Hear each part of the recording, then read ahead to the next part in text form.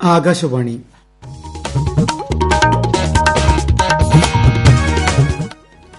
നമസ്കാരം.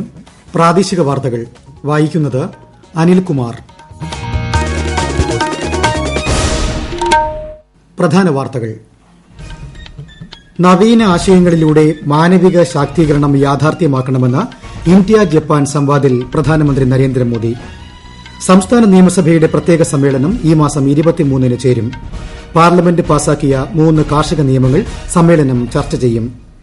തദ്ദേശ ഭരണ സ്ഥാപനങ്ങളിൽ പുതിയ ഭരണസമിതികൾ നിലവിൽ വന്നു. സംസ്ഥാനത്ത് ഇന്ന് 3423 പേർക്ക് കോവിഡ്-19 സ്ഥിരീകരിച്ചു. 4494 പേർ രോഗമുക്തി നേടി. രോഗസ്ഥിരീകരണ നിരക്ക് 9.82%. നിലവിലെ കോവിഡ് സാഹചര്യം കണക്കിലെടുത്ത് ബ്രിട്ടനിൽ നിന്ന് ഇന്ത്യയിലേക്കും തിരിച്ചുമുള്ള വിമാന സർവീസുകൾ കേന്ദ്ര സർക്കാർ താൽക്കാലികമായി നിർത്തിവച്ചു. ISL ഫുട്ബോളിൽ ഇന്ന് മോഹൻ ബഗാൻ ബംഗളൂരുവുമായി ഏറ്റുമുട്ടും. വാർത്തകൾ വിശദമായി. നവീന ആശയങ്ങളിലൂടെ മാനവിക ശാക്തീകരണം യാഥാർത്ഥ്യമാക്കണമെന്ന് പ്രധാനമന്ത്രി നരേന്ദ്രമോദി 6ാമത് ഇന്തോ ജപ്പാൻ സംവാദിനെ അഭിസംബോധന ചെയ്യുകയായിരുന്നു അദ്ദേഹം. തുറന്ന സമീപനവും സുതാര്യവും ജനാധിപത്യ ബോധവുമുള്ള സമൂഹത്തിന് നൂതനാശയങ്ങൾ കൊണ്ടുവരാൻ കഴിയും. നൂതനാശയങ്ങൾക്ക് രൂപം കൊടുക്കാൻ ഉപകരിക്കുന്നതാവണം പഠനരീതികൾ. ബുദ്ധ തത്വചിന്തയും സാഹിത്യകൃതികളും ഉൾപ്പെടുത്തി വലിയ ഗ്രന്ഥശാലയ്ക്ക് രൂപം നൽകണമെന്ന ആശയം പ്രധാനമന്ത്രി മുന്നോട്ട് വച്ചു. സാഹിത്യത്തിന് പുറമെ സംവാദത്തിനും ഗവേഷണത്തിനും ഗ്രന്ഥശാല പ്രയോജനകരമായിരിക്കുമെന്നും ശ്രീ നരേന്ദ്രമോദി അഭിപ്രായപ്പെട്ടു. കാർഷിക മേഖലയ്ക്കായുള്ള ദേശീയ ഗവേണൻസ് പദ്ധതി ആധുനികവൽക്കരിക്കുന്നതിലൂടെ കാർഷിക മേഖലയിൽ നൂതന സാങ്കേതിക വിദ്യകൾ കൊണ്ടുവരാനുള്ള എല്ലാ ശ്രമങ്ങളും സർക്കാർ നടത്തുന്നതായി കേന്ദ്രമന്ത്രി പ്രകാശ് ജാവ്ദേക്കർ. കേന്ദ്ര സർക്കാരിന്റെ ഇത്തരത്തിലുള്ള എല്ലാ ശ്രമങ്ങളുടെയും അടിസ്ഥാനം രാജ്യത്തെ കർഷകരുടെയും കാർഷിക മേഖലയുടെയും ക്ഷേമമാണെന്നും അദ്ദേഹം ട്വിറ്ററിൽ കുറിച്ചു. സംസ്ഥാന നിയമസഭയുടെ പ്രത്യേക സമ്മേളനം ഈ മാസം 23-ന് ചേരും. സമ്മേളനം വിളിച്ചു ചേർക്കുന്നതിന് ഗവർണറോട് ശുപാർശ ചെയ്യാൻ ഇന്ന് ചേർന്ന മന്ത്രിസഭായോഗം തീരുമാനിച്ചു. പാർലമെന്റ് ഈയിടെ പാസാക്കിയ 3 കാർഷിക നിയമങ്ങളെക്കുറിച്ച് ചർച്ച ചെയ്യുന്നതിനാണ് പ്രത്യേക സമ്മേളനം വിളിക്കുന്നത്. സംസ്ഥാനത്ത് തദ്ദേശ ഭരണ സ്ഥാപനങ്ങളിൽ പുതിയ ഭരണസമിതികൾ നിലവിൽ വന്നു. വിശദാംശങ്ങളുമായി ശ്രീലത. സംസ്ഥാനത്തൊട്ടാകെ വിവിധ തദ്ദേശ സ്ഥാപനങ്ങളിൽ തെരഞ്ഞെടുക്കപ്പെട്ട ജനപ്രതിനിധികൾ ഇന്ന് സത്യപ്രതിജ്ഞ ചെയ്തു. കോർപ്പറേഷനുകളിൽ കളക്ടർമാരും മുനിസിപ്പാലിറ്റികളിൽ കമ്മീഷൻ നിയോഗിച്ചിട്ടുള്ള വരണാധികാരികളും സത്യവാചകം ചൊല്ലിക്കൊടുത്തു. പഞ്ചായത്തുകളിലും സത്യപ്രതിജ്ഞാ ചടങ്ങ് നടന്നു. തെരഞ്ഞെടുക്കപ്പെട്ട അംഗങ്ങളുടെ ആദ്യ യോഗവും ഇന്ന് ചേർന്നു. കോവിഡ് മാനദണ്ഡങ്ങൾ പാലിച്ചായിരുന്നു ചടങ്ങുകൾ. മുനിസിപ്പാലിറ്റികളിലെയും കോർപ്പറേഷനുകളിലെയും അധ്യക്ഷ തെരഞ്ഞെടുപ്പ് ഈ മാസം 28-ന് രാവിലെ 11-നും ഉപാധ്യക്ഷ തെരഞ്ഞെടുപ്പ് ഉച്ചയ്ക്ക് 2-നും നടത്തും. ഗ്രാമ, ബ്ലോക്ക്, ജില്ലാ പഞ്ചായത്തുകളിലെ അധ്യക്ഷ തെരഞ്ഞെടുപ്പ് 30-ന് രാവിലെ 11-നും ഉപാധ്യക്ഷ തെരഞ്ഞെടുപ്പ് ഉച്ചയ്ക്ക് 2-നുമാണ്. News desk Akashvani. കോവിഡ് വ്യാപനം രൂക്ഷമായിരിക്കെ വയനാട് ജില്ലാ പഞ്ചായത്തിൽ കളക്ടർ സത്യപ്രതിജ്ഞാ ചടങ്ങിൽ പങ്കെടുത്തത് PPE കിറ്റ് ധരിച്ച്. ചരിത്രത്തിൽ ആദ്യമായാണ് ഇത്തരത്തിൽ സത്യപ്രതിജ്ഞാ ചടങ്ങിൽ PPE കിറ്റ് ധരിച്ച് വരണാധികാരി പങ്കെടുക്കുന്നത്. കൊല്ലത്ത് കോവിഡ് പ്രോട്ടോകോൾ പാലിച്ചായിരുന്നു ചടങ്ങുകൾ. സത്യപ്രതിജ്ഞ ചെയ്ത 2 ജനപ്രതിനിധികൾക്ക് കോവിഡ് സ്ഥിരീകരിച്ചു. സംസ്ഥാനത്ത് ഇന്ന് 3423 പേർക്ക് കോവിഡ്-19 സ്ഥിരീകരിച്ചതായി മന്ത്രി കെ ശൈലജ. മലപ്പുറം 626, കോഴിക്കോട് 507, എറണാകുളം 377, പാലക്കാട് 305, തൃശൂർ 259, ആലപ്പുഴ 242, കൊല്ലം 234, തിരുവനന്തപുരം 222, കോട്ടയം 217, കണ്ണൂർ 159, പത്തനംതിട്ട 112, വയനാട് 65, ഇടുക്കി 55, കാസർഗോഡ് 43 എന്നിങ്ങനെയാണ് ജില്ലകളിൽ ഇന്ന് രോഗബാധ സ്ഥിരീകരിച്ചത്.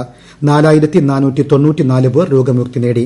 കഴിഞ്ഞ 24 മണിക്കൂറിനിടെ 34,847 സാമ്പിളുകളാണ് പരിശോധിച്ചത്. ടെസ്റ്റ് പോസിറ്റിവിറ്റി നിരക്ക് 9.82.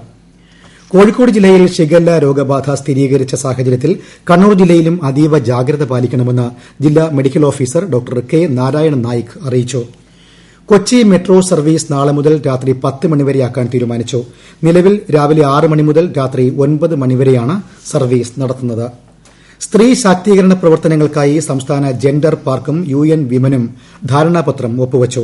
മുഖ്യമന്ത്രി പിണറായി വിജയന്റെ സാന്നിധ്യത്തിൽ നടന്ന ചടങ്ങിൽ UN women deputy representative Nishitha സത്യവും ജെൻഡർ പാർക്ക് CEO PTM സുനീഷുമാണ് ധാരണാപത്രത്തിൽ ഒപ്പുവച്ചത്. 2020 സംസ്ഥാന ഊർജ്ജ സംരക്ഷണ അവാർഡുകൾ പ്രഖ്യാപിച്ചു. വൻകിട, ഇടത്തരം, ചെറുകിട ഉപഭോക്താക്കൾക്കും വ്യക്തികൾക്കും സ്ഥാപനങ്ങൾക്കുമാണ് അവാർഡ്. കൊച്ചിയിലെ മാളിൽ നടിയെ ശല്യപ്പെടുത്തിയ കേസിലെ 2 പ്രതികളെ 14 ദിവസത്തേക്ക് റിമാൻഡ് ചെയ്തു. കളമശ്ശേരി CJM കോടതിയാണ് പ്രതികളെ റിമാൻഡ് ചെയ്തത്. ഈ വാർത്തകൾ ആകാശവാണിയിൽ നിന്ന്. കൊറോണ ആശങ്കയല്ല, ജാഗ്രതയാണ് വേണ്ടത്. കേന്ദ്ര ആരോഗ്യ മന്ത്രാലയം പുറപ്പെടുവിക്കുന്ന നിർദ്ദേശങ്ങൾ. ജനങ്ങൾ കൂട്ടം കൂടുന്നത് ഒഴിവാക്കുക. ഇടയ്ക്കിടെ കൈകൾ സോപ്പും വെള്ളവും ഉപയോഗിച്ചോ സാനിറ്റൈസർ ഉപയോഗിച്ചോ വൃത്തിയാക്കുക. നിർബന്ധമായും മാസ്ക് ധരിക്കുക. പനിയോ ചുമയോ ശ്വാസതടസ്സമോ തുടരുന്ന സാഹചര്യത്തിൽ വൈദ്യസഹായം തേടുക. കൊറോണയെ സംബന്ധിച്ച വിവരങ്ങൾക്ക് ആരോഗ്യ മന്ത്രാലയത്തിന്റെ 1075 ലും ദിശയുടെ 1056 ബന്ധപ്പെടാം. നിലവിലെ സാഹചര്യങ്ങൾ കണക്കിലെടുത്ത് ബ്രിട്ടനിൽ നിന്നും ഇന്ത്യയിലേക്കുള്ള എല്ലാ വിമാന സർവീസുകളും ഈ മാസം 31 വരെ റദ്ദാക്കിയതായി കേന്ദ്ര വ്യോമയാന മന്ത്രാലയം അറിയിച്ചു. ബ്രിട്ടനിൽ കോവിഡ് സ്ഥിതിഗതികൾ രൂക്ഷമായതിനെ തുടർന്നാണ് നടപടി. വൈദ്യുത ഉപഭോക്താക്കളുടെ അവകാശങ്ങൾ പൂർണ്ണമായി സംരക്ഷിക്കുമെന്ന് കേന്ദ്ര ഊർജ്ജമന്ത്രി ആർ കെ സിംഗ്. സേവനം മോശമായാൽ സേവനദാതാക്കൾക്കെതിരെ നടപടിയെടുക്കുമെന്ന് മന്ത്രി മുന്നറിയിപ്പ് നൽകി. ഊർജ്ജ ഉപഭോക്താക്കളുടെ അവകാശം സംബന്ധിച്ച നിയമങ്ങൾ വ്യക്തമാക്കുകയായിരുന്നു ശ്രീ ആർ കെ സിംഗ്. രാജ്യത്ത് കോവിഡ് രോഗമുക്തി നിരക്ക് 95.93%. കഴിഞ്ഞ 24 മണിക്കൂറിനുള്ളിൽ 25,000-ലധികം പേരാണ് രോഗമുക്തി നേടിയത്. ഇതോടെ ആകെ രോഗമുക്തി നേടിയവരുടെ എണ്ണം 96,06,000-ലധികമായി. ചരക്ക് സേവന നികുതി വരുമാനത്തിലെ കുറവ് പരിഹരിക്കുന്നതിനുള്ള ധനസഹായത്തിന്റെ ഭാഗമായി 6,000 കോടി രൂപ സംസ്ഥാനങ്ങൾക്ക് വിതരണം ചെയ്തു.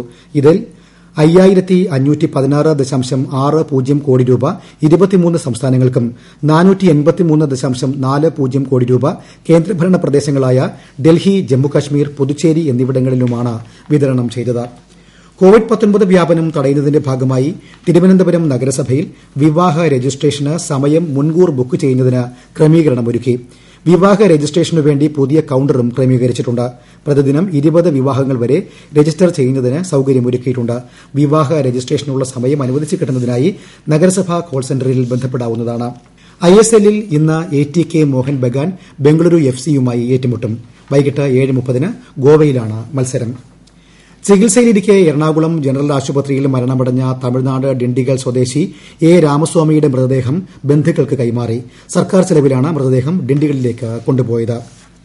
നെല്ലിയാമ്പതി സീതാർകുണ്ട് വ്യൂ പോയിന്റിൽ നിന്ന് കൊക്കയിലേക്ക് വീണ രണ്ടാമത്തെ ആളുടെ മൃതദേഹം കണ്ടെത്തി.